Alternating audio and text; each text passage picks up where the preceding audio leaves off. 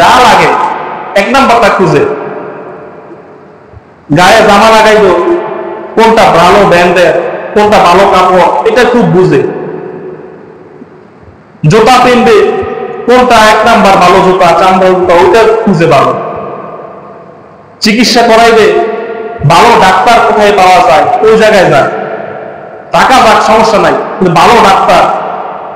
ওষুধ খাইবে ভালো ওষুধ কোনটা, এক নাম্বার ওষুধ কোনটা, ওইটা খুঁজে। সব এক নাম্বার খুঁজে। কিন্তু শরীয়তের বেলায় আসলে, ইসলামের বেলায় আসলে মানুষ না, আমরা এটি বুঝি না, এটা হুজুর ভাই বুঝে, আমরা দরকার নাই বুঝে।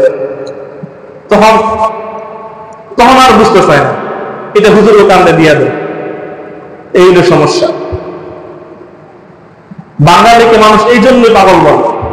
দুনিয়া সব বুঝে, সব জায়গায় এক নাম্বার খুঁজে, কিন্তু ইসলামের বেলা আসলে কিচ্ছু বুঝতে চায় না।